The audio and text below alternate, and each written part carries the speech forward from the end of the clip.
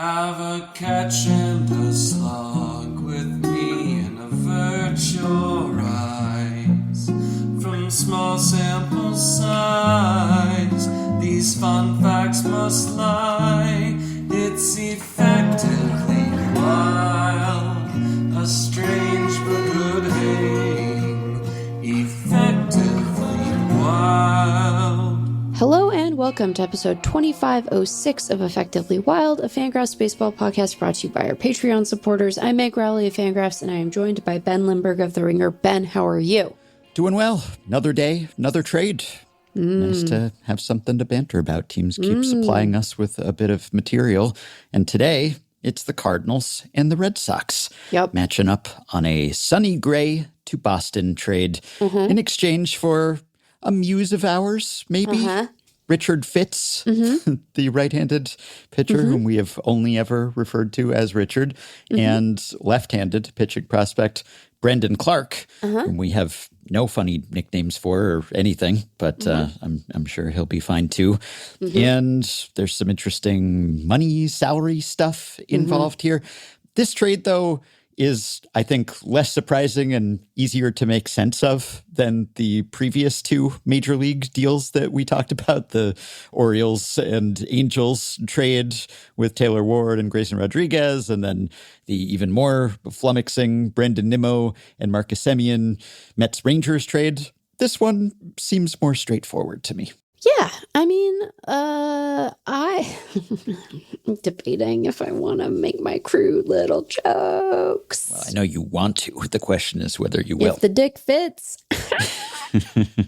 Look, I vetted that joke with multiple text threads, and all of them were like, you should do it, Meg. You should make that joke. You should make that joke in public. I did have a moment of reflection because I think the first post that I saw was friend of the pod, Alex Spires, about this trade. And I was like, I'm not going to tag his work post with my dick joke. You know, That was considerate. Yeah. I respect Alex. He's a great reporter. He's a tremendously nice person. He didn't need that smoke. And so I spared him it because I'm magnanimous and funny. Really something. Sounded like you said Meg-nanimous, but you didn't. Meg-nanimous. Sure. No, I didn't. But that's what I heard. Glad to cue you up for a good tee up for a good joke there. But no, I think it makes a ton of sense, especially once you balance the money out, which actually makes this trade make better sense for both sides, because it would be absurd. There are complexities in Sonny Gray's deal that backloaded it tremendously. I cannot wait for the joke that Michael Bauman made about that to make its way onto fangraphs.com, which will be happening any minute here, but I won't spoil it. I'll just let you all go find it yourselves. But the way that it was originally structured, particularly once you brought in the money that he was guaranteed from a buyout of an option, the Red Sox were looking at something like paying $40 million for 1 year of Sonny Gray. And I think Sonny Gray is a serviceable starter still, certainly useful to Boston, might end up starting playoff games for them. Not game one of the playoffs if everything goes the way that Boston wants. One would hope not, because that would indicate bad things had happened to Garrett Crochet. But, a playoff starter, right? Not a guy you're relegating to the bullpen come October, but not a $40 million guy. That would be absurd. So the Cardinals are sending some money with Gray to Boston. And that also makes this deal make more sense for the Cardinals based on where they are in their cycle, because rather than it being just like money and about shedding money, they are also getting Richard Fitz, who insists upon being called that, and we will respect that coward's choice. Now, I completely understand the decision to not make yourself a laughingstock. We are already doing it for him. And Brandon Clark, who is a very interesting prospect, potentially not a starter long-term, but maybe a high-leverage reliever. And considering where St. Louis is, not likely to contend for the postseason in 2026, but sort of getting their feet under them for the next competitive Cardinals team. Guys like Fitz, prospects like Clark are really interesting for them. And, even if they don't end up being like build-around guys, very useful. And, guys, obviously, that Chaim Bloom is going to be quite familiar with. I think it makes a lot of sense, you know? Yeah. This one Yeah. we're not going, we're going, Yeah. oh, yeah, okay. Yeah, I had to. The most confusing part of it was the contract, but once The I got money over that is aspect, very strange. Yeah. yeah, because there's a mutual option, and there was like an option where even if the player option was like, even if he had exercised the option, he still could have been a free agent if he had wanted to, if the team had exercised the option, and then there were buyouts for options, and so they worked it out. They worked it out. Yeah, and yes, the Red Sox aren't on the hook for as much as they would have been otherwise. And really, I had to remind myself at first how Sonny Gray pitched this year, because he fell into the St. Louis Bermuda Triangle where I just forget everything that happened with the Cardinals this year. Because as we established, they were, we think, the team we talked about least this year. And I felt a little bit bad about that. And I threw it out to Cardinals fans and said, did we overlook anything? Is it fair and right that we neglected to talk about the Cardinals? And most of them wrote to us and said, yeah, you did good. Like, there was just not much to say about this team. Don't blame you. Don't hold it against you one bit. And so I kind of had to reacquaint myself with Sonny Gray's stats this past season, which were actually probably better than maybe you remember them being. Not you, but the listener. I don't remember them at all. Yeah, okay. Well, then might apply to you too. Applied to me also, because the ERA was not flashy of 4.28. But yeah, under the hood, still pretty impressive stats. Like, it doesn't seem as if he's slipped much at all. He's still striking out 10 per 9 with excellent control, maybe a little bit homer prone, as you might expect from the ERA gap there. But yeah, like the other stats, the xFIP and the FIP and all the rest are kind of in line with what Sonny Gray has typically been. I mean, he's only 2 years removed from being a Cy Young Award runner-up, which it seems like longer than that. And that was kind of outer character for him anyway. And that was, he signed this deal with the Cardinals after that last year with the Twins. Good timing for him. So, okay, he's not a Cy Young candidate, but he's as solid as they come. And granted, he's in his mid-30s. He just turned 36, but the durability in this era, it's pretty darn solid. He's made at least 24 starts in each of the past 5 seasons, and the last 3 seasons, 32, 28, 32, 180 innings this past year, 2 of the past 3 years. By the standards of modern starters, that's pretty darn durable. So yeah, like he's maybe lost a little stuff, but the results, at least under the surface, the peripherals are still pretty impressive. You said serviceable, and I might even go above serviceable. Yeah, I think that's fair. I think I was being ungenerous potentially. Well, I've seen some Red Sox fans being up in arms, not pitching arms, but upset that they didn't get a better starter. And they still could, by the way. The offseason is young. I know that the Red Sox haven't really earned the benefit of the doubt when it comes to splurging, but I think given that Craig Breslow had come out and said, basically, we're not going to make some rinky-dink starting pitcher move. He said, we need starting pitching help, and that's the priority. But he said, I don't think we're going to spend a ton of time trying to add a number 4 or a number 5 starter. If we're going to make a starting pitching addition, I think it should be somebody who can pitch at the front of rotation and start a playoff game for us. Well, define front, I guess. You know, there's nobody better than Garrett Crochet, really, who you're going to acquire unless you're going to trade for Tarek Skubal. But a number 2 type, like, I think, you know, maybe he's a 3. I don't really get into the who's a 2, who's a 3. What does that even mean, really? But they're all number 1s to me. Sure. Sonny Gray's, he's better than a number 4 or 5. Oh, I think he's a mid-rotation starter. He's an October starter, you Definitely. know? Yeah. Oh, yeah, absolutely. And in a good playoff rotation, if he pitches like he usually does, then, yeah, you'd be happy to have him take the ball in a game 2 or 3 behind Crochet and maybe Bayo. And they could still add.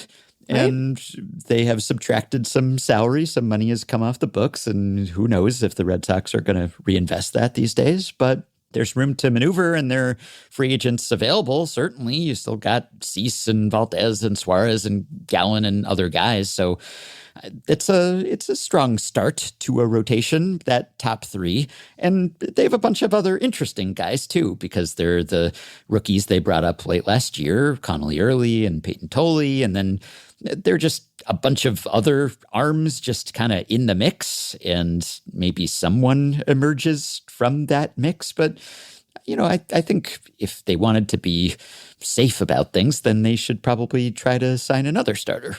But this gives them insurance in case they don't do that. And it's not like they're just rolling in pitching depth here to the point where adding Sonny Gray precludes them from adding a free agent. So if they added a free agent to the rotation that they have now, I would say that that's a pretty strong unit. So we'll see if they rest on their laurels and declare the winter over now that they've got Sonny Gray. I could see that being a bit underwhelming, but it's a strong start to the offseason. And, you're still paying a pretty penny for him, but only on a 1-year deal. So not a whole lot of risk there.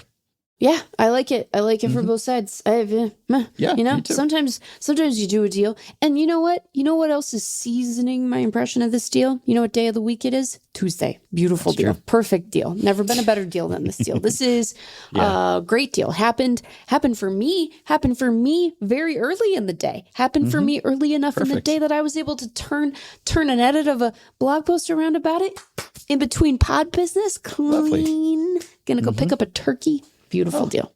So nifty. Oh, very considered by everyone. And works out well for Sonny Gray, too, because he signed with the Cardinals expecting that they would be in contention, and then that hasn't really happened. And he waived his no trade, and he's gung-ho. He's eager to go somewhere where he'll have a better shot. Picks up an extra $1 million for the privilege. Beautiful. Great for him. Good for these various Fitzes and Clarks too, right? Because right now, the Cardinals are in a little bit of a step back, but this is a club that takes contending seriously. That is very often in the postseason picture. They hope to be postseason pitchers in the postseason picture. Yes. But, it's not like they're getting traded to insert club that never goes anywhere here, right? This is a team that is generally serious about contending. And so it might not happen for them in 2026, but you can imagine that both of these guys would envision themselves as playoff pitchers as well. Yep. Nailed it. I don't normally struggle to say that, but then, sometimes you get in your head. Yeah, you do. Yeah. Okay. Well, that's that. We took care of that trade, and we totally explained it to at least our own satisfaction. I'm satisfied. Squared away. Makes complete sense. Done and dusted. The only other bit of banter I have relates to another AL East team, because Hal Steinbrenner made some headlines on Monday. And what I want to know from you, when one of these owners talks about how hard-pressed they are to spend, and woe is me and my financial situation, and I'll say exactly what he said. But do you think that it is purely PR and trying to pull the wool over people's eyes and trying to put the narrative out there that they want to be the dominant one and excuse their lack of spending, relatively speaking? Or do you think that they sincerely believe it and that they are high on their own supply and they have talked themselves into it and they just feel put upon to have to spend on anything ever, and thus they feel aggrieved and wounded? And so when they are saying it, they're not trying to spin anything consciously. They actually believe what they're saying. I think it just super depends. I think that owners form a rich tapestry, and the degree of self-delusion versus self-promotion, the justification and instinct toward it versus trying to pull one over on somebody somewhere really depends on the guy. And it can often depend on the particular moment in time, right? I don't think of Steinbrenner as being, well, they're all self-aggrandizing, right? Because they're very rich men, and that tends to be a personality trait that tracks. Endemic to the demo as it were. But I don't know that he strikes me as any more or less inclined to bullshitting than anyone else in ownership. I do think there are guys who are unintentionally honest about their situation, although they tend to not be specific, like from a math and numbers perspective about payroll and profits and all of that. But, I think the thing that's useful, this is sort of a long-winded way of answering the question. I think the useful thing to remember about any owner talking about money, whether it's payroll and what they can afford, whether it's how lucrative owning a baseball team was for them, they can be doing both things at once. They can be telling the truth and lying to you.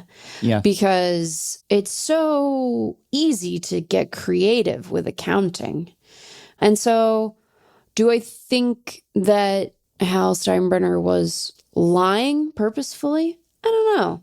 Do I think he was telling the whole truth? Probably not. It's a little bit of talking out both sides of your mouth, which like you can't do.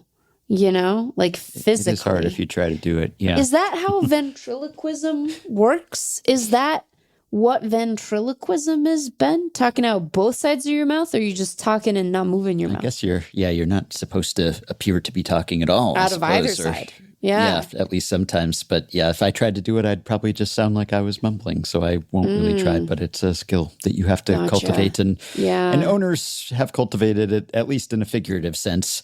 I don't know how their ventriloquism skills are. Right. But yeah, it has always ever been thus. And I do think that there's a level of wealth and privilege where you do start to sincerely feel like you don't need to justify yourself or defend yourself, and that it is actually impertinent for anyone to question you about anything. Right, yeah. And so it's not purely an act at that point where your feathers are ruffled. They are legitimately ruffled. Right. They shouldn't be. They're not justifiably ruffled. They're genuinely ruffled, but they're not legitimately ruffled. You're so I mean? unaccustomed to being ruffled that the lightest little ruffling really gets you all out of sorts, and you lash out in response. So I think that's part of it. It's just kind of, you're not entitled to know anything, and how dare you question anything. And the way that this came up, it's not the first time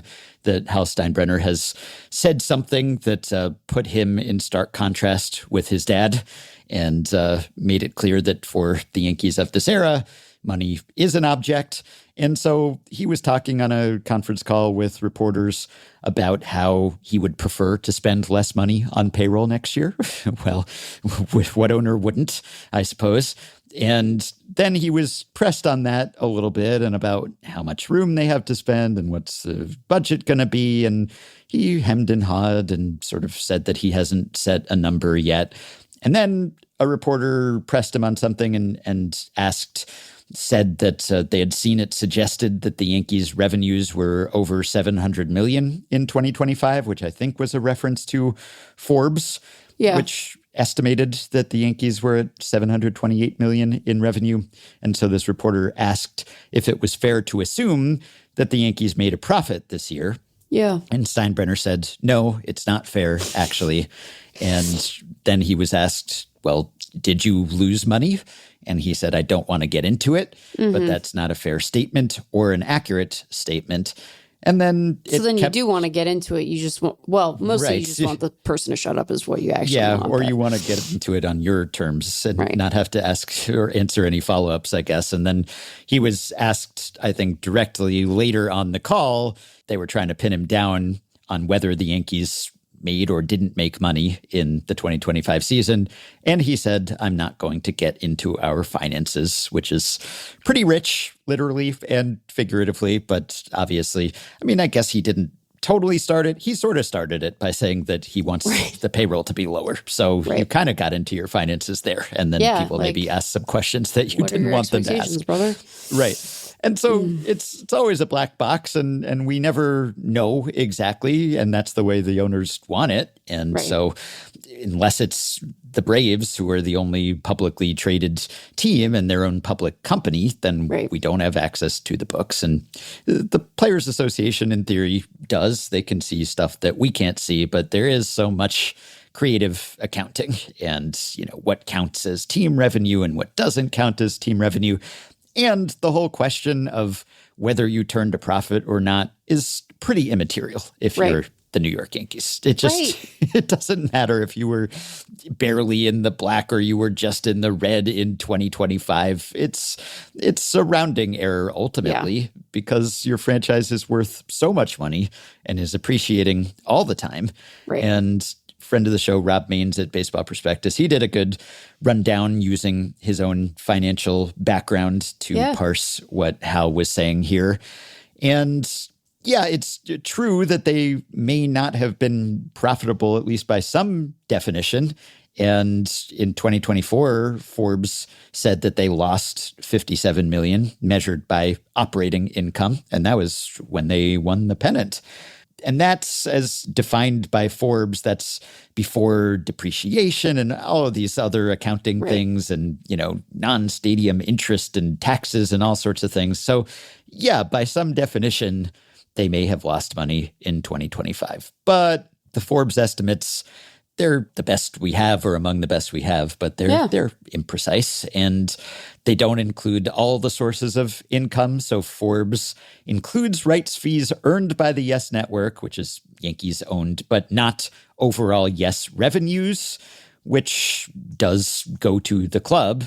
And then Forbes also excludes income that teams might get from MLB Advanced Media, and the Braves got $20 million from them, and the Baseball Endowment LP, which is an investment fund that all 30 teams own equally, and that was another $5 million for Atlanta. And so all these little things chip away, and they're just not even included in those figures, really. But beyond that, it's just the appreciation so dwarfs the figures that we're talking about here when, the operating revenue. It's like in 2024, again, just using the Forbes estimates, the Yankees franchise value increased from $7.55 billion to $8.2 billion. So that's $650 million. Yeah. Right? And so, okay, they technically, quote unquote, lost 57, but the value of the team increased by $650 million. Yeah. So, and I get that, okay, they probably don't plan to sell the team and maybe they don't want to sell the team. And so that franchise value is on paper to some extent, and you do still have to have some cash flow and everything. But you can just leverage that franchise value and you can just go into debt and you could get such favorable rates. And then also, I'm sorry, it's the New York Yankees. I know. The idea that they are not making money is ludicrous on its face. It's just, I think trying to go through the numbers we have and explain, I always appreciate the careful work that Rob does. I think that, it's good to be able to show people the ways in which all of this is illusory in some way, but it's the Yankees. It's are we not just, it's the Yankees. We're not just, I'm sorry. We can just, I appreciate all the work that Rob is doing. I think your explanation of his work is very useful for our listeners, but also, I'm sorry. It's just, they have to show proof that they lost money. They need to show it before because it's the Yankees, right? There are other clubs where if they were to tell me, hey, we lost money last year, I'd be like, okay, I get that. I can imagine scenarios very, very plausible. They're the Yankees. So what are we doing here? Yeah, there's a part of me, even though I retain no tie other than distant and fond memories of my childhood Yankees fandom. But even so, being raised as a Yankees fan, this is just, it's unbecoming. It's untoward, Thank you. That is the perfect way to describe it. Have some some self-respect. What would your father say? That's what you want to say when you hear this stuff from Hal. You're like, what would your dad be saying right now? He's spinning somewhere. And people who are like, oh, if George were still alive and, probably he would run the franchise into the ground in some other way. Sure. He was not a good owner, and the Yankees got good when he was briefly banned from baseball. But, he was not going to scrimp and save and skimp on the payroll. He was going to spend some money, and he wasn't going to come out and talk about how his hands are tied and, the competitive balance tax and all these things that Hal has consistently talked about. It's just, you're not going to catch the Dodgers saying stuff like this. Right. I mean, people would massacre them if they tried, Right. but the Yankees should similarly be massacred, and they have been, really, because even though I think the whole World Series are bust and we're special and we're exceptional and we're the Yankees, you're just another franchise, competitively speaking. You have a rich history, but in this era, I don't know how helpful it is to cling to the rings and to think that you're entitled to win every year. But you are entitled as fans of the Yankees to expect your team to spend and not be going over, rinky-dink little losses potentially on paper that have no actual ill effect on this family whatsoever. Right. That's part of the covenant here, is that if you're the Yankees, just sound like the Yankees, goodness, just please at least show me some bluster, just to project some confidence, be the heel even. I almost miss it. Just splash your cash around. This kind of quote is just, it doesn't fit coming out of a Steinbrenner's mouth, any Steinbrenner's. The other part that was borderline duplicitous, I guess, where he was talking about how, you have to consider the Yankees' expenses too. You can't just consider the revenue. And fair enough. He says it all starts to add up in a hurry. Nobody spends more money, I don't believe, on player development, scouting, or performance science. These all start to add up. If you want to look at the revenues, you got to somehow try to figure out the expense side as well. You might be surprised. I love the somehow figure out, I'm not going to tell you, but good luck with that, I guess. and then he got into the yearly bond payment that the team makes to New York City to finance Yankee Stadium, which he said costs $100 million this year. And that sounds like a big number. And okay. The bond payment cost $100 million? That's what he said. The $100 million payment the Yankees make on bonds issued by New York City for Yankee Stadium. And so he's complaining that the Yankees have to make payments on these bonds every year, even 2020 when the season shortened. However, it's not unique to the Yankees, as Rob pointed out, that they have to pay these things. And also there was refinancing, so it's at a lower rate, and that saved the Yankees a lot. But, and here's where Rob has expertise that I don't, the bonds are called pilot bonds for payments in lieu of taxes.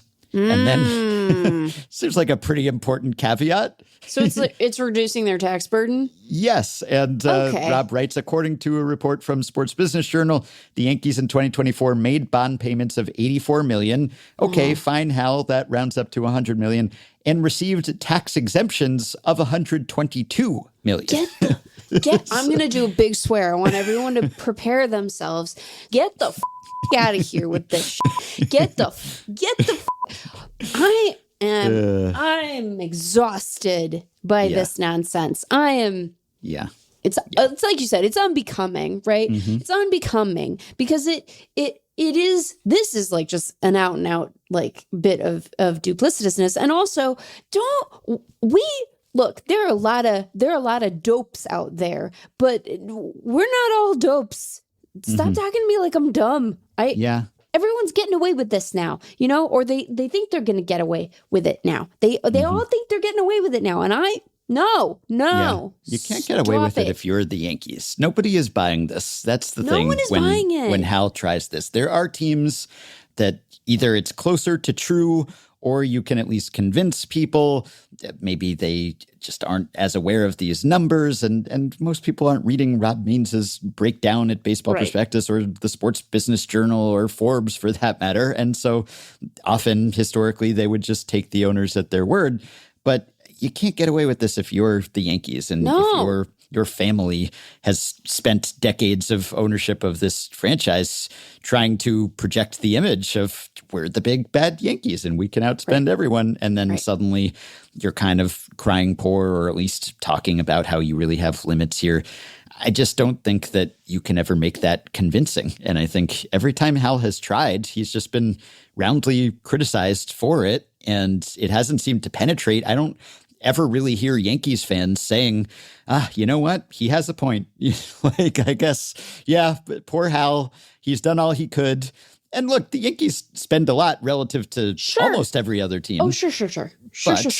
They are the Yankees, and they have greater resources than almost every other team. And relative to the rest of the league, they don't spend anything close to what they used to outspend everyone else by. So it doesn't seem to me that this message resonates with its intended audience. It doesn't seem like any fans are mollified by this or are sympathetic to this argument and are saying, yeah, you know what?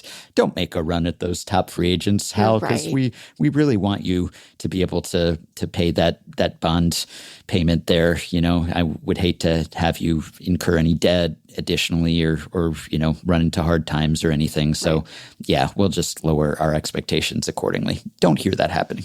Here's the thing about all of these folks. And look, I understand you're running a business year to year. First of all, there are going to be some ebbs and flows. Like, that sounds like a biz problem that you might just have to handle. But even if we took them at their word, then sell. If this is a bad business for you, right? Yeah. If you think that this is bad business, if you don't want to own literally the New York Yankees, then sell. You know, then sell. If you can't maintain this team to the level that you have invited people to expect, and again, I don't take him at his word. I think that this is nonsense. I simply refuse to believe that the Yankees are not a lucrative outfit. This is not a going concern. But let's pretend it isn't. Then sell.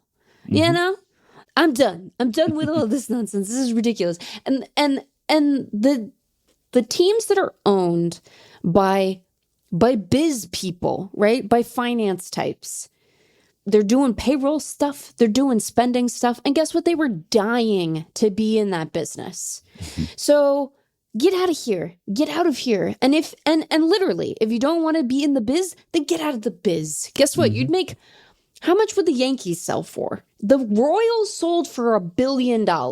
Yeah, the Yankees would sell for. Forbes had them at $8.2 billion, and I'll take the over. I'll take the over. Seeing what happened with the Lakers, there are just only a few franchises that are that kind of history and name brand value recognition, all of that. So, yeah.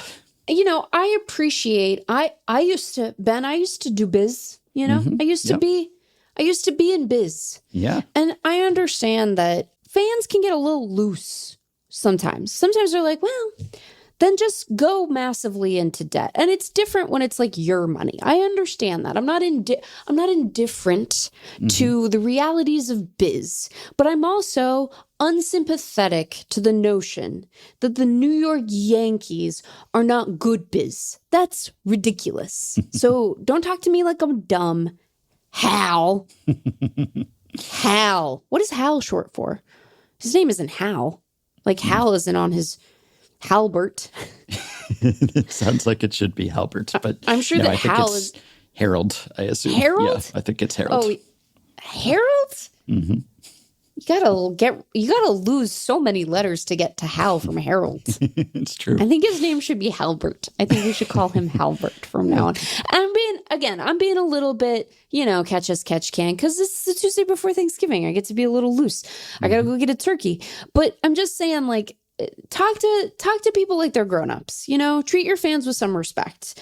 I know you don't care to treat the media with respect, and like that's a negotiation for a different day, I suppose, but like, treat your fans with some respect. Treat them like they're adults. You have told them that they are the most special fans because they root for the most special team that is full of the most special boys.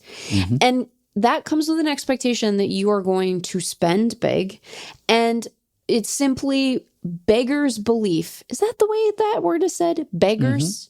Yep. Beggars belief. That's a fun expression. That you're not making money. I simply refuse to believe it. I don't want to call him a liar, so I won't, but I might think he is one. Yeah. Just based on what he said. Doesn't matter if you're making money by that extremely narrow definition or not, because in the long run, and even in the short run, probably. Yes, right. And if you need a bailout, then you just put your team up for sale and you will be rolling in riches. So there's an easy way out of this predicament for poor Hal. Really, it comes back to that famous or infamous quote from 1979 from Paul Beeston, who was a Blue Jays executive and then an MLB executive, and at the time was VP of the Blue Jays, and said, anyone who quotes profits of a baseball club is missing the point. Under generally accepted accounting principles, I can turn a $4 million profit into a $2 million loss, and I could get every national accounting firm to agree with me. Still true today, if not truer, what with all the real estate developments and everything that aren't included in team revenue often. So yeah, they're moving money around. And really, you can't even call Hal a liar exactly because he didn't say anything exactly. He didn't say we lost money. He refused to say that. He just sort of weaseled out of saying anything while saying that it was unfair to say they made money. At least make a claim. If you're going to go with woe is me, just say it with your chest. Say it like you mean it. It's not like the reporter can call you on it, though. Maybe Tony Clark can. Anyway, okay. Let's take a quick break, and we will devote the rest of this episode to a conversation with FanGraphs' own Jay Jaffe. We will have our annual State of the Cooperstown conversation. We'll talk about who is newly on the ballot, who is oldly on the ballot, who will be on the ballot in future years, the Eras Committee, all of the good stuff that Jay writes about for FanGraphs and comes on to talk to us about, we will get into in just a moment. Effectively wild, it's war with a smile. Effectively wild, it's the good stuff. It's baseball nerd stuff. We hope you'll stick around for a while. Oh, effectively wild. Effectively wild. Effectively wild. Effectively wild.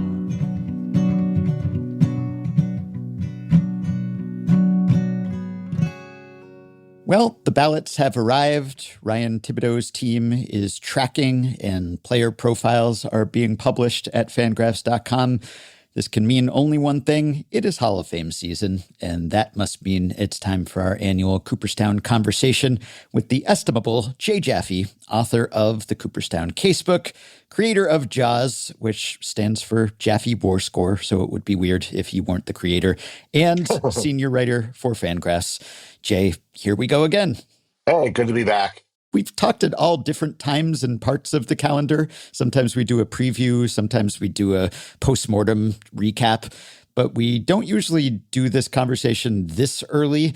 And this is timely, I guess, because we can arm people for conversations over the holidays with older relatives, or maybe if they are the older relatives, younger relatives. If Hall of Fame conversations come up, maybe it's good to do this pre-Thanksgiving so that you will be prepared.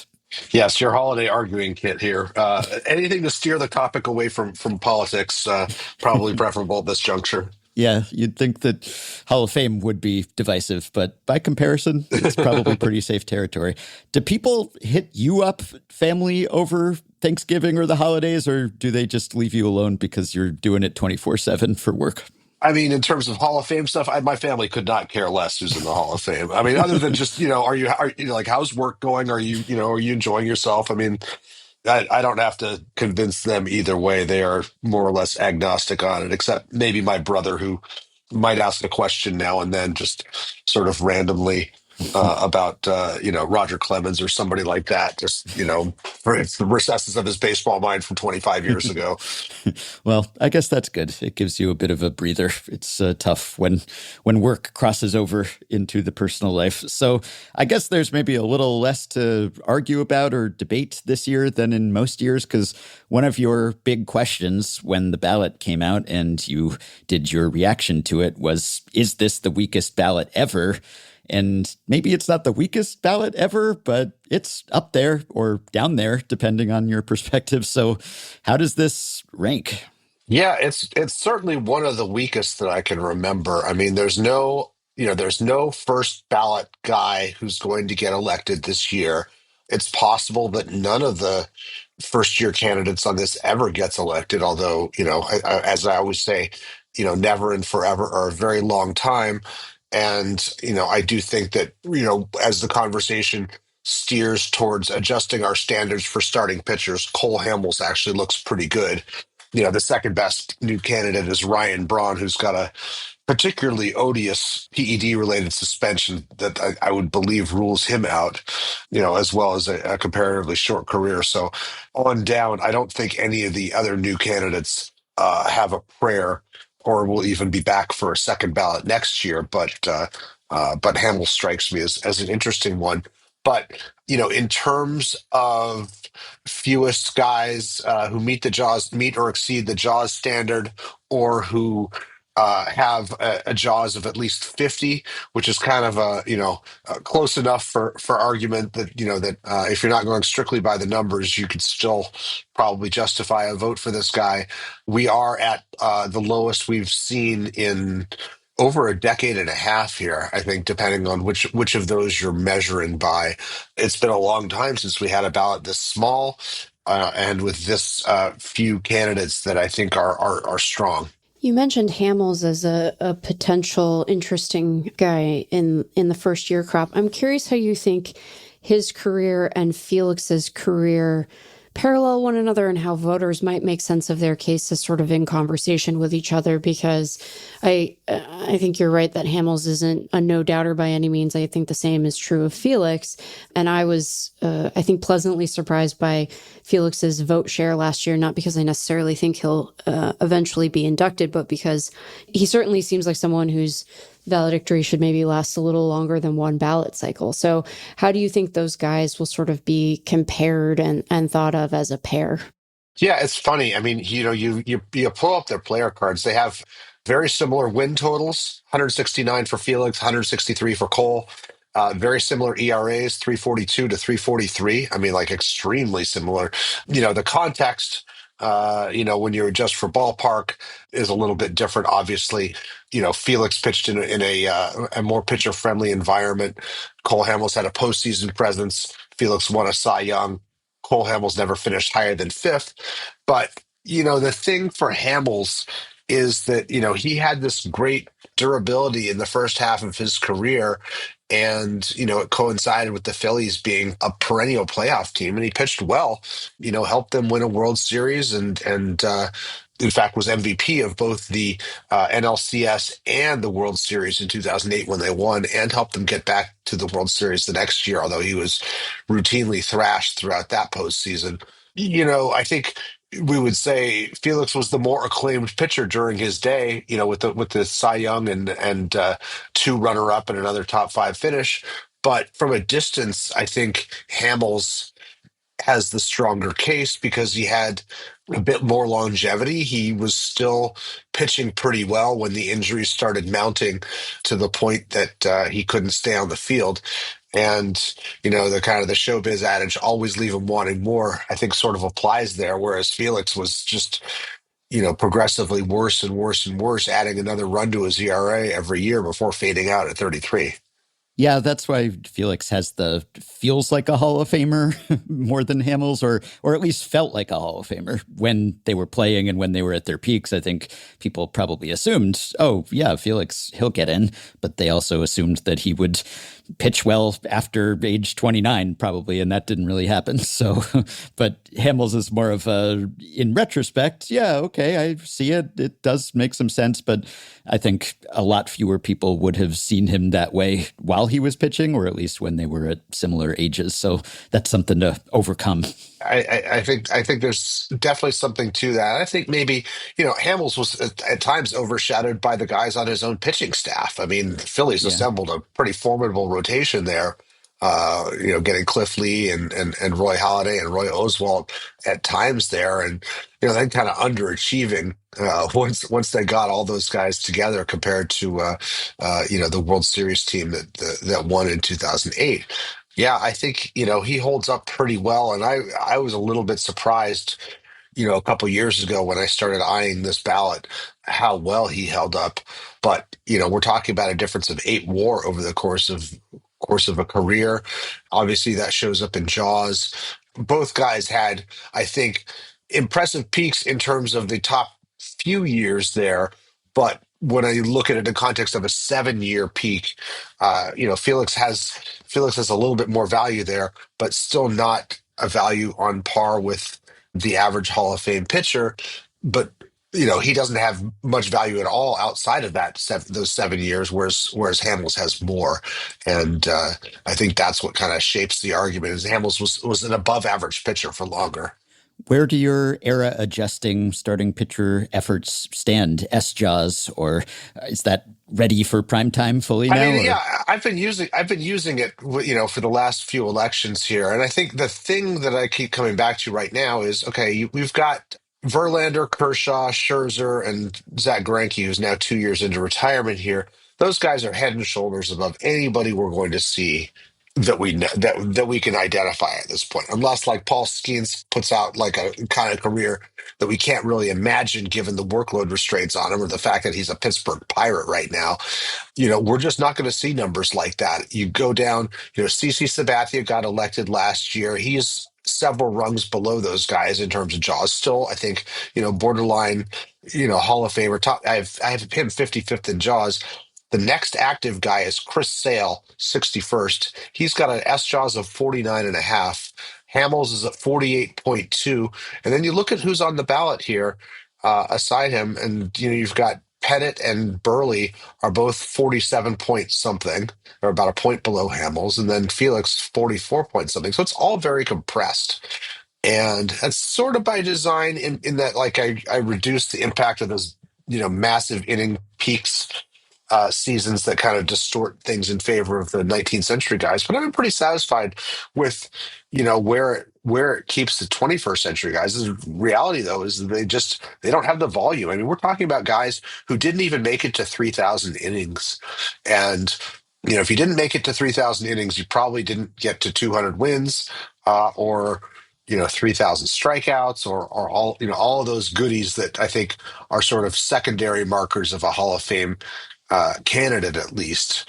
I do have other ways of looking at this, but I wish I had, a magic bullet that would really separate these guys more than they do. But they are kind of clustered together, and they're all kind of clustered with a lot of guys from the 80s and 90s that never even really got much attention when it comes to the Hall of Fame. But you look back and it's like, geez, probably should have voted for Brett Saberhagen there, given we just don't see a lot of two-time Cy Young winners with that kind of those kind of credentials these days, or or Johan Santana, who got kind of buried on the 2018 ballot and won't be eligible again until the 2029 contemporary baseball era committee ballot. Let's maybe step away from pitchers and new Hall of Fame candidates for a second and talk about some of the returners, because I think that if you're expecting anyone from the writer's ballot to get in, this might be where we get that grist for the mill. So tell us about how Carlos Beltran's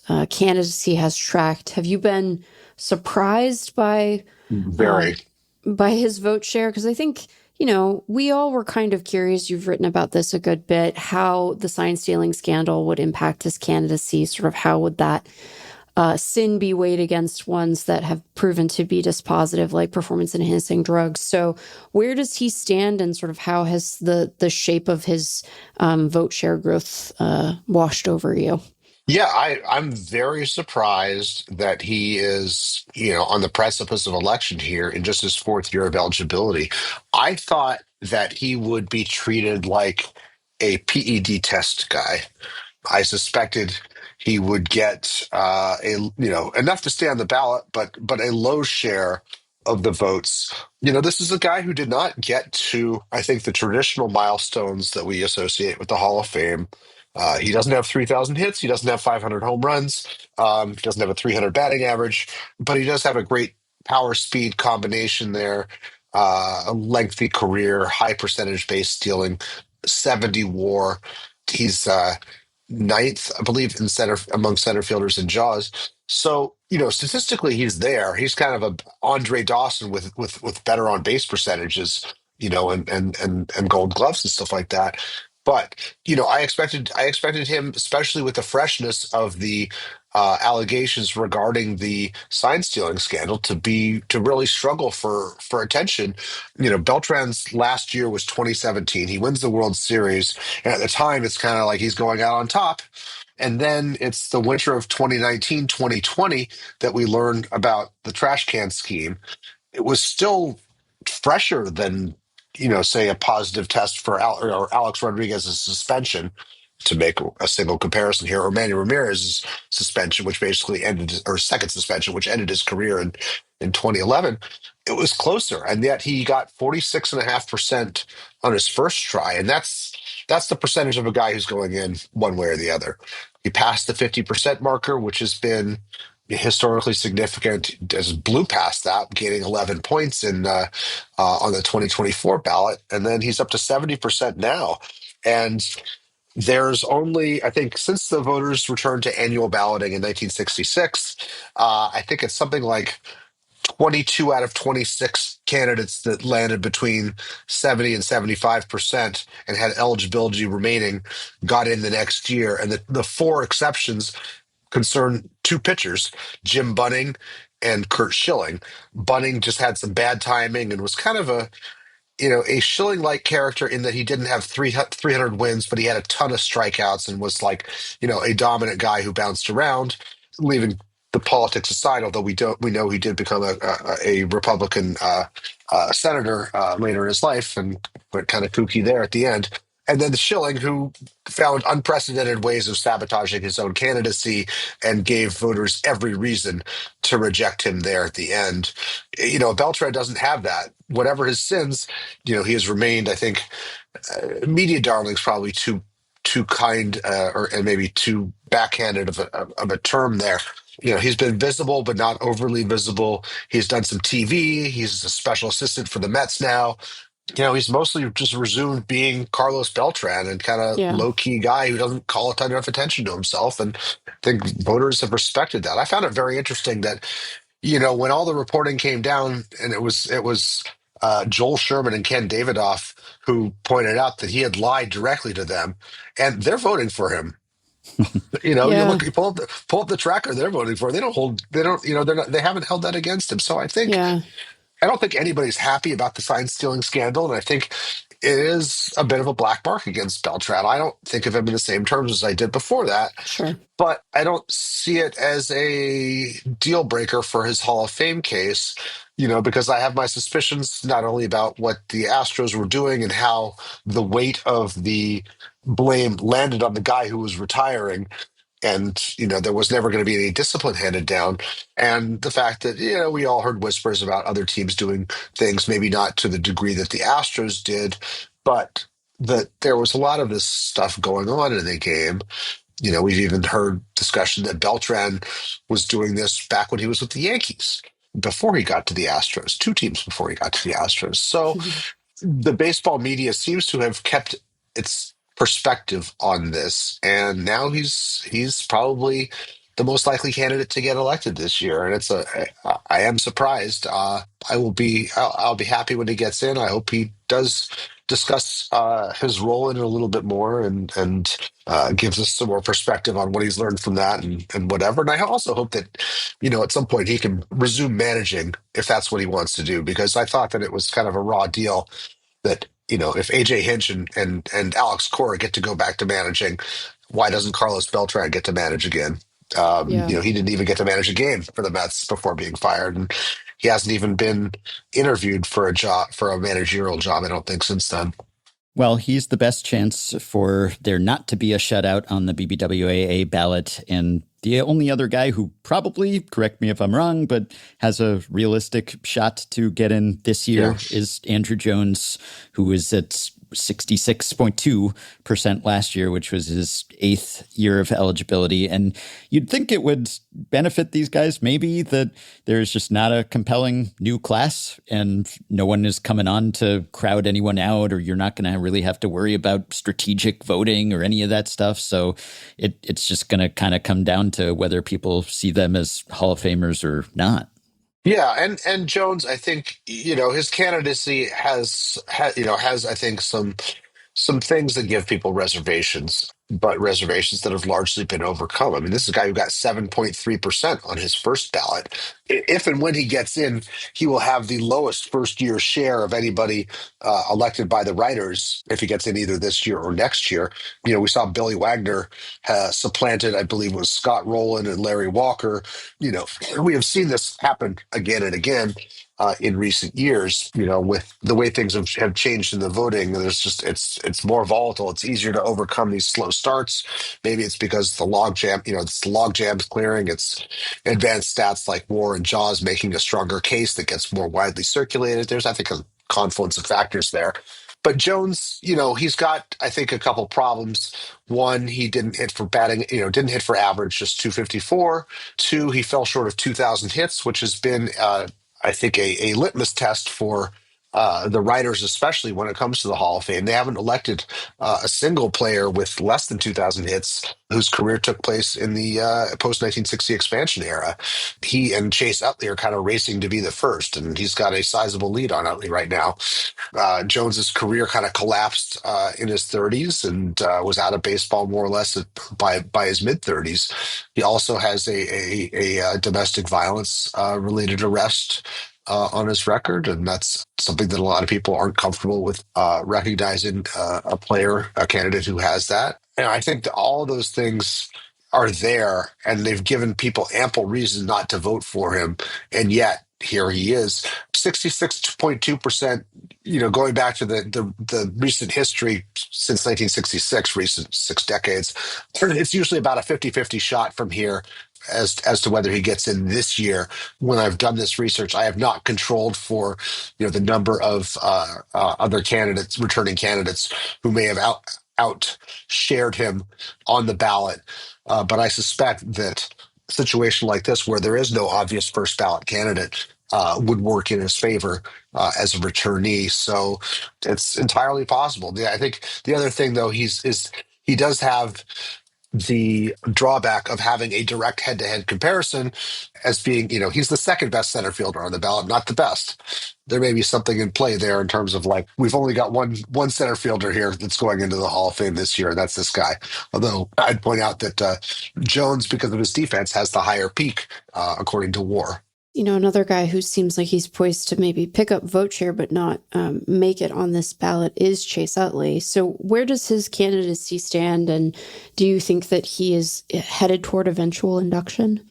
Yeah, I've been pleasantly surprised with Utley, who, boy, reviewing his profile for publication here this week, has none of the baggage that all these other guys seem to have. I mean, Utley had kind of a short career. He arrived late and he left early, and he had some injuries in between, so he didn't get to 2,000 hits either. But man, he packed a lot into his career.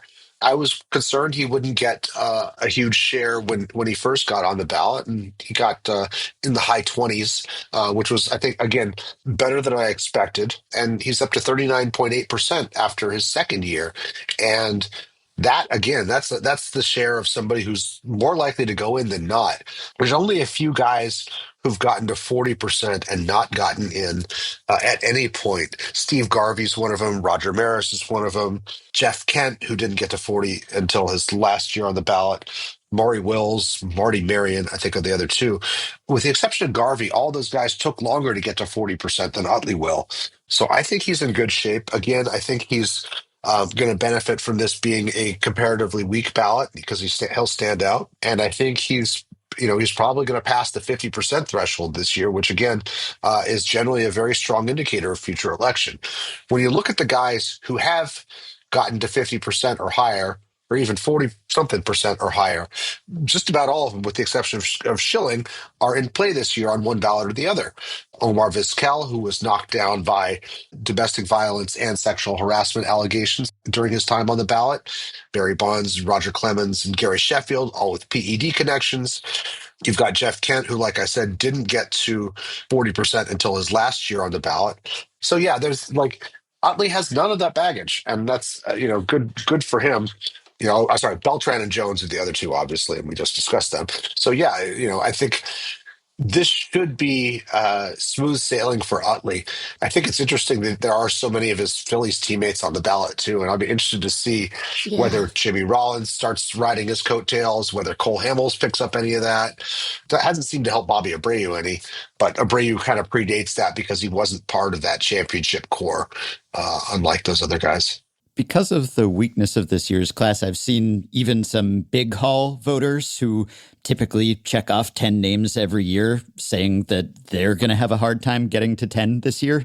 And one of those is Joe Posnanski. He, I think, said that he would hope that there would be some mechanism by which players who were overlooked during the peak PED backlog could somehow come up for election again, I guess, other than the Eras Committee, which I suppose is what that's for. But it's just the last vestiges of that PD pileup clearing now. This is Manny's last year on the ballot, and then Right. A-Rod is about halfway through his run, right? But Joe wrote something about how he wished that there could be a second chance ballot, basically, just for guys like Kenny Lofton and Santana and Jim Edmonds and all those guys who kind of just went one and done or were quickly Right. wiped away because it was just so crowded. But that doesn't seem like the sort of thing that the Hall of Fame ever does, right? I mean, it sounds like a nice idea, but Yeah, well, it's what's interesting is that when the 5% rule was first formalized in the late 70s, you got two chances. And even then, they were kind of lax about it. And then it wasn't until 1985 that they did a second chance vote, actually, where you've got, I think it's something like 11 guys who get a second from the who had fallen below 5% in the previous 5 years, including Ron Santo and Dick Allen, Wilbur Wood. I think Kurt Flood might have been in that group. It's a whole bunch of them basically, and they got another look, and then it was, they were held to that, with the exception of Wood for some reason, who persisted despite getting 4.1%. But I think record keeping was a little bit more lax then. I don't think I don't think Jack O'Connell's predecessor had things quite on lockdown the way Jack does. But yeah, so there was sort of there briefly was this one time mechanism in place. The problem now, the era committees are now dealing with the backlog, the fallout from the PED clogged ballots. We've got Bonds, Clemens, Sheffield, Kent. Schilling is in the candidate pool, but they couldn't even find room for him on the ballot this year. And then you've got a whole bunch of guys from the 80s and 90s who can't even get a second shot, like Lou Whitaker and Dwight Evans. So structurally, it's really hard. I mean, I wish they'd drawn the lines differently. I wish the process were different. It's just not suited to handle this kind of volume. Now, the hall did put a new rule in place this year, which I think has an eye towards maybe making room for these guys within the contemporary ballot cycle. And that is, if you get less than 5 votes on an era committee ballot, you're not eligible to be included on the next one. Had this happened last time, on the 2023 ballot, then but Bonds and Clemens wouldn't be on this ballot, because they were below that line. If it happens twice, you are out of the pool completely, which I find that to be a bit problematic. But I think that if you just have the first part of that rule, you do allow space for some of these guys to slip in there. Next time you get Whitaker and Evans on, maybe we should have had, if this rule had been in place going back, we wouldn't be talking about the era committee candidacies of Dale Murphy and Don Mattingly, because each of those guys finished below that threshold 3 times, and yet they got hauled out last time and fared much better on a committee that appeared kind of rigged to give them that sort of acceptance, while knocking Bonds and Clemens down a peg. But yeah, so I wish there were more mechanisms to get back to what your question about Joe Posnanski. I wish there were more mechanisms for this, especially in a lean year like this. It would be nice if we could talk again about even Tim Hudson, a guy whose Mhm. credentials are right there with Mark Burley and Andy Pettit, hit the ballot around the same time, but fell below 5%. And now we're not talking about him. And, he looks pretty good. If, when you talk about that kind of Cole Hamels level group, I mean, he had 200 wins for one thing. So baseball talent is not evenly distributed when it comes to the Hall of Fame ballot eligibility years. So, a lot of your analysis and some of our conversation today about the likelihood of a guy making it in is based on historical comps, right? Once a player has cleared a certain threshold, we've seen, that almost certainly mean his induction. There's sort of a new wrinkle this year because we are getting a huge influx of new voters, somewhere between 40 and 50 new voters, which I don't know how that stacks up to sort of the typical new group every year, but it seems like it has to exceed anything that we typically see in a single year span. So I'm curious sort of what effect you think this new group, which is primarily going to be folks from MLB.com, what that might mean for not only this year's ballot, but ballots going forward. Yeah, that's a really good question, and I don't think anybody entirely knows. I don't think we've seen, if it is 50, I don't think we've seen that kind of growth in the annual balloting for a long, long time. I'm looking at this.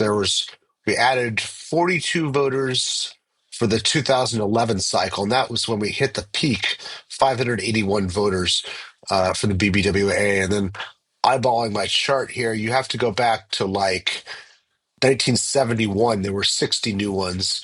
1969, there were 57 new ones. So it's been a very long time since we got this kind of influx. And, when the Hall in 2015 introduced a rule to exclude active voters who were more than 10 years removed from active coverage to sunset them, we instantly lost over 100 voters, 109 from 2015 to 2016, and we've since lost about another 46 since then.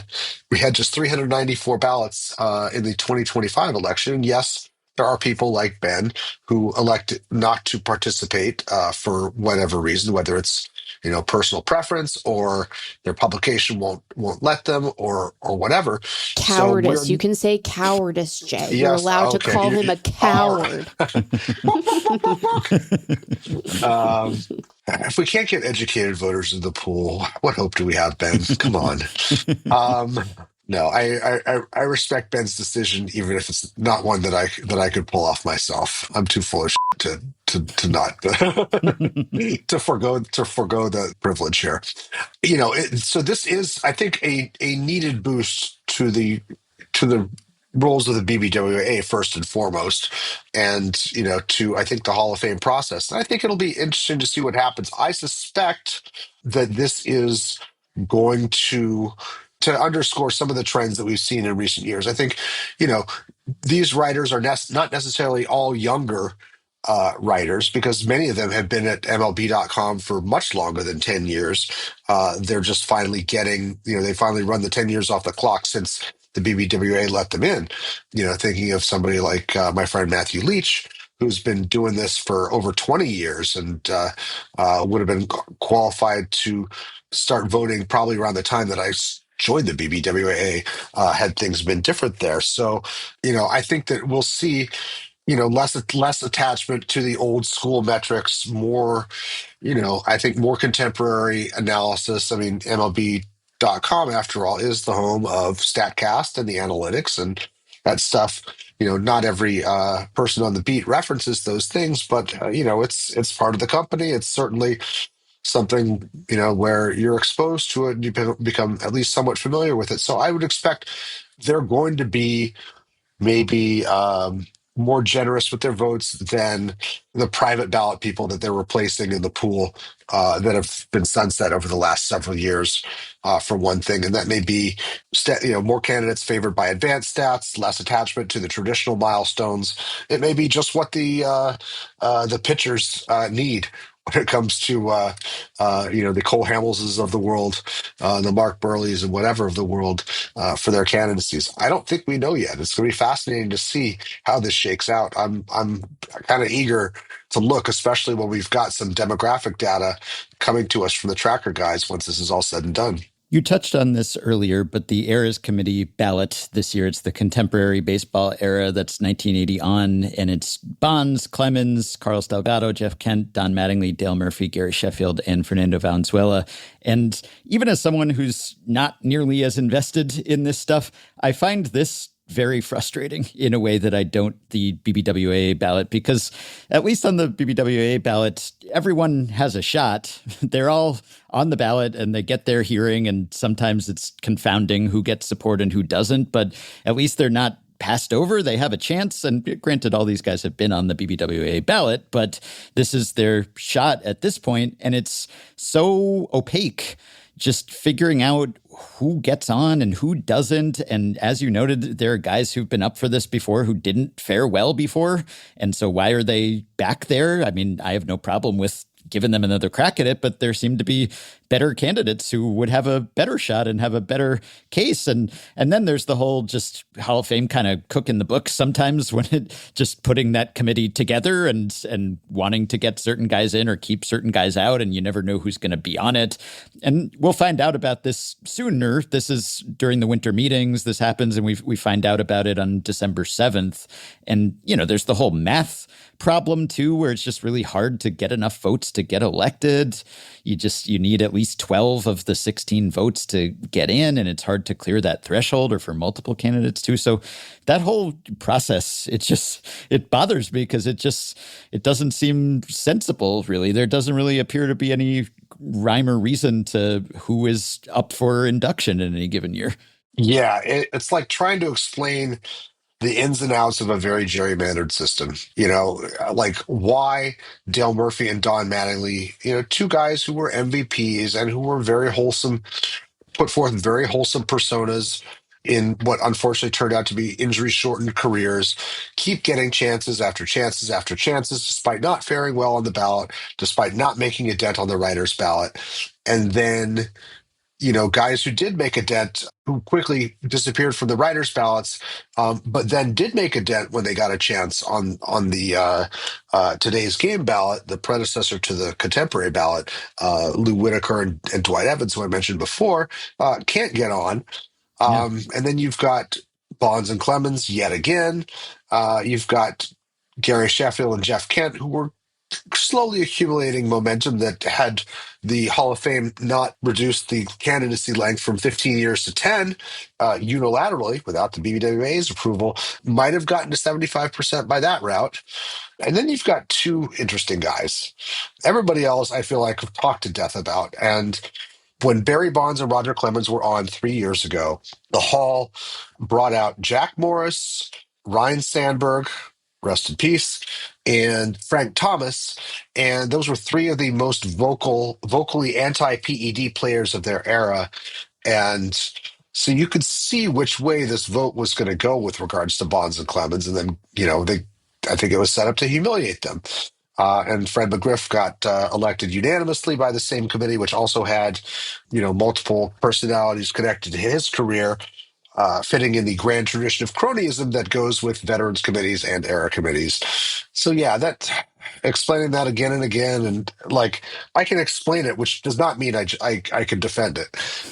But it's just if you're going to obsess about it the way I do, it's just part of the topography that you have to explain year after year. Now, the two interesting candidates here, I think, are Carlos Delgado and Fernando Valenzuela. Delgado is interesting less because he is statistically got a strong chance, but he is sort of a poor man's Fred McGriff. Hit a ton of home runs. In fact, he is, I think, the highest home run total of anybody outside the Hall who's not connected to PEDs and currently qualified for election, a distinction that will change once Miguel Cabrera and Albert Pujols become available, or become eligible, I should say. He went one and done, and it's historically very rare for guys who went one and done on the writer's ballot to even find space on these ballots. So that's a plus. Would I have liked Lou Whitaker, another one and done, who did better last time, to be on there? Yes, but I loved Carlos Delgado. I think he was actually one of the few players who, spoke his mind about non-baseball stuff very powerfully, about like the Iraq War, the proliferation of God Bless America. I was at a game at Yankee Stadium where he did not stand for God Bless America, and that turned into a thing. I think he's just a really interesting dude. He spoke out, against the test bombing in the Puerto Rican islands. Just a very interesting, socially conscious guy, and I'm glad to tell his story again in this context, and also again to see one and done guys getting on here. The other one's Fernando Valenzuela, who I think statistically does not even fit into the group of pitchers that we've got on the writers' ballot, but I think whose import as a pioneer for bringing Mexicans and Mexican American and Latino fans to baseball is just massive and almost hard to grasp unless you take a step back. I think Fernando should be in the hall on that basis. And I don't know whether this committee is nimble enough to think along historical lines in that way rather than comparing numbers and thinking about steroids. Fernando Valenzuela is more of a Buck O'Neill type candidate than he is a Roger Clemens type candidate, if you will, or even a Cole Hamels type candidate. Although he did have, one great season that brought awards and the World Championship and a mania, in fact. And not to obscure anything here, Fernando was one of my all-time favorite players. I was 11 years old when Fernando Mania was running wild, so I was an impressionable youth. But I never thought I could mount a convincing Hall of Fame argument for Fernando in 20 years of doing this. And I was pleasantly surprised that some thoughts that I had that were marinating kind of, I started looking at things a little bit differently and was like, you know what, this is a pioneering candidacy. It makes sense, like the Buck O'Neill candidacy did a few years ago. You're not recognizing him just for one thing. You're recognizing this massive impact he had across several things. And Fernando, it was not just his pitching, but also his broadcasting and his role as an ambassador. At times, I'm a little bit hopeful here. Probably just going to get my heart broken if I get too emotionally invested in it. But I do hold out some hope there that if not this time, that the committee will at least understand that these are the stakes and that this is the framework by which he should be judged, and that maybe he gets in someday. Yeah, I'm always on board for more pioneer type people, or ambassador perhaps. Or, I guess there are other halls and organizations to recognize those people, but I'm never upset really when one of those guys gets in. And it's very frustrating. Whitaker, of course, probably preaching to the choir with everyone who's listening to this podcast, though I don't really know who's not in that choir at this point. So it's very confusing to me, or Evans for that matter, but Whitaker probably even more so. So maybe lastly, there are some guys who you probably are sick of writing about and will get even sicker of writing about, but will probably keep having to do that as long as they have this sort of structure. And Bonds and Clemens, and also, I guess, 2027 would be Pete Rose. I'm sure you're already getting people asking you about that. Oh, Yeah. Yeah. I can tell how excited you are to contemplate that possibility, but I guess it's just like, you almost have to keep putting these people on the ballot just based on their playing credentials. But do you foresee any thawing in the receptiveness to that? And maybe Rose is a different case because there are a lot of old school baseball people who wholeheartedly support Pete Rose and would be opposed to Roger Clemens and Barry Bonds, for instance. But I wonder whether you see history making a different judgment with these guys anytime soon. It's hard to say ever, because who knows? Right. The PED guys, I don't see much of a change yet. There is a slight chance because Gary Sheffield got to about 65%. And, Gary Sheffield kind of stands out because he has a plausible story about his use of PEDs and his stopping of PEDs, that he briefly trained with Barry Bonds, and Greg Anderson, the trainer, gave him the cream, and Sheffield thought it was a balm for his his scars and his arthritis or whatever, and was just didn't know it was a PED, and that's the story he told to the grand jury. And even Tom Verducci, who is pretty hard line when it comes to the PED stuff, found that story compelling enough to write about it at length several years ago. I don't know that Tom has voted for him because I don't think Tom reveals his ballots. If Sheffield gets in, I think that's, as with David Ortiz, that's another little wedge there that I think you start to see. Not only this is this is all happening along a continuum. These PED use all happen along a continuum. Some guys did it for longer. Some guys did it before the testing was in place. Some guys did it after the testing was in place.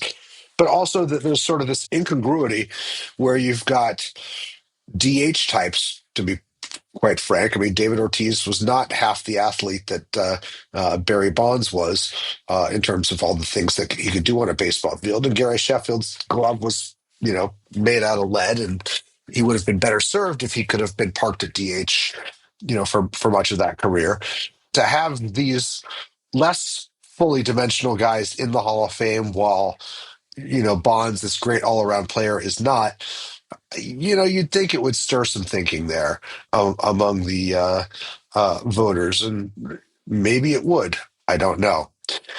As for Rose, here's the thing I Thought keep you were coming going to back to. filibuster until we ended the conversation. So No, that you as wouldn't for have to talk Rose, about Rose. I actually, I think this is the point I'm going to continue making until they drag me off. And that is this. There is no way a voter could look at Barry Bonds and decide that he is subject to the character clause, not living up to the integrity, sportsmanship, and character aspect of the voting rules, but Pete Rose, who was banned for committing baseball's only capital crime.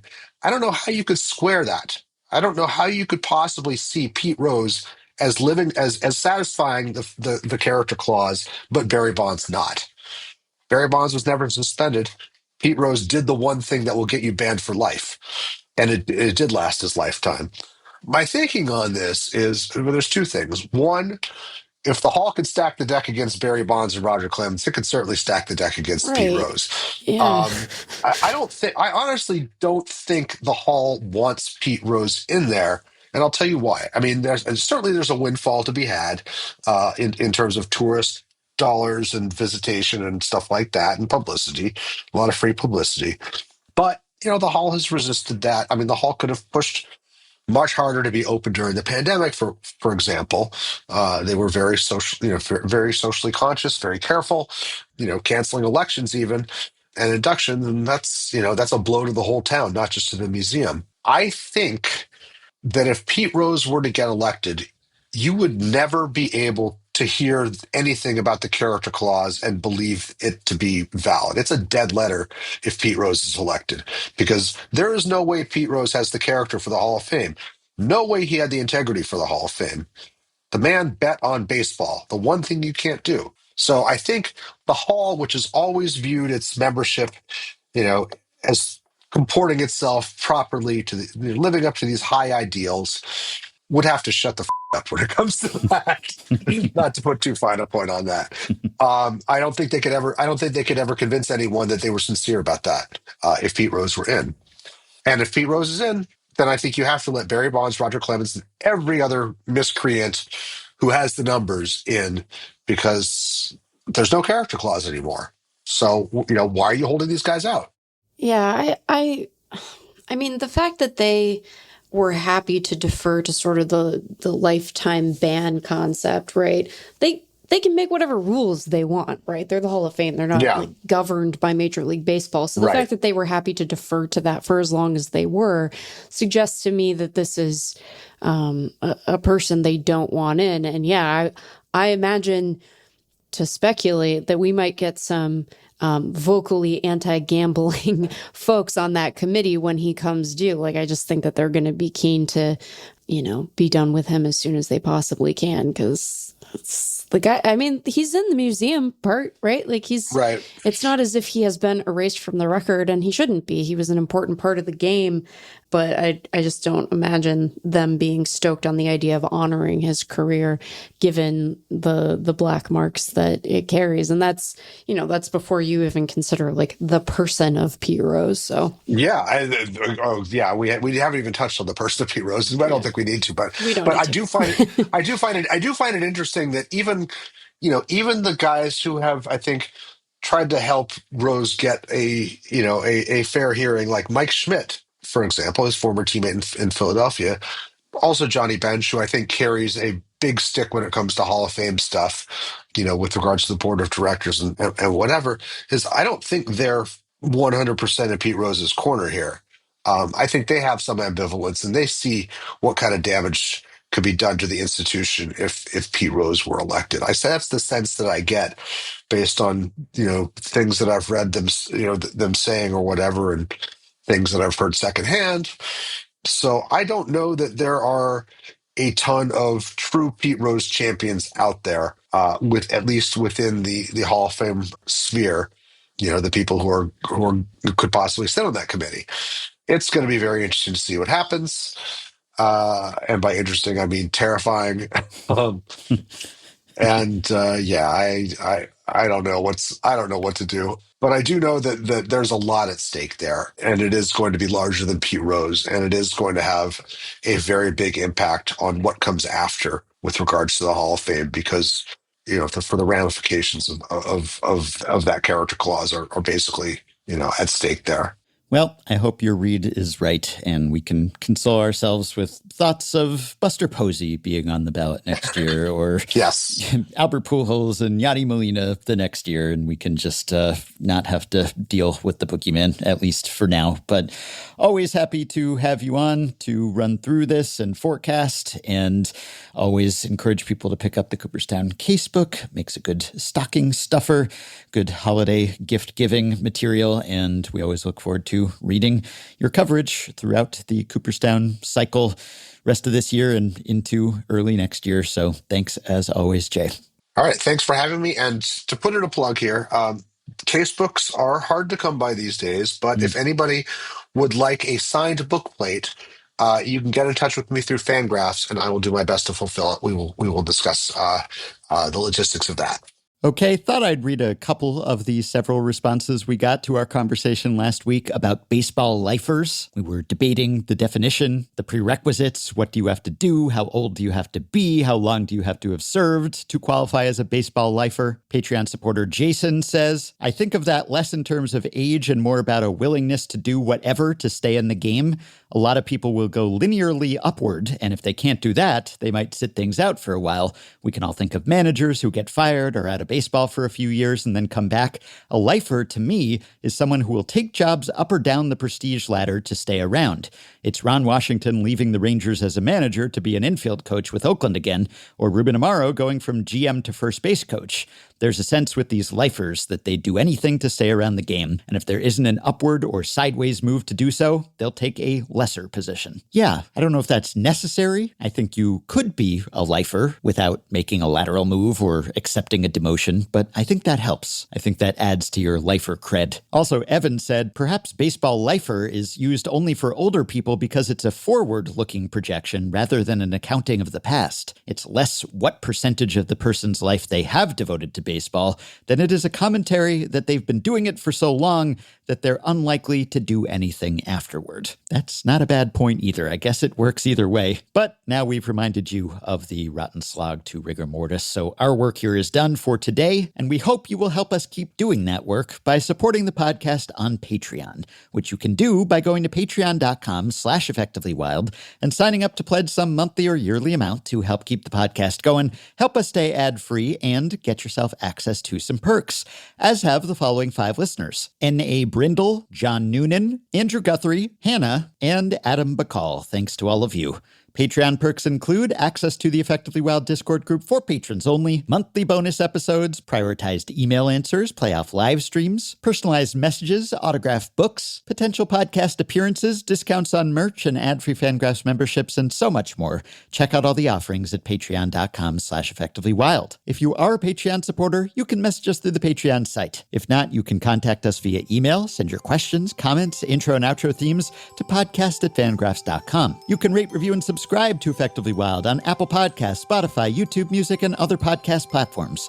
You can find the Effectively Wild subreddit at r/effectivelywild. You can join our Facebook group at facebook.com/group/effectivelywild. And you can check the show notes in the podcast post at FanGraphs or in the episode description in your podcast app for links to the stories and stats we cited today. And don't forget, a link to Effectively Wild's Secret Santa, deadline December 10th. Thanks to Shane McKeon for his editing and production assistance. We will be back with one more episode before the end of the week and before Thanksgiving, or at least on Thanksgiving. We will see. The point is, we won't leave you hanging. If you have holiday travel, we're happy to provide a podcast soundtrack to it. And so, we will talk to you soon.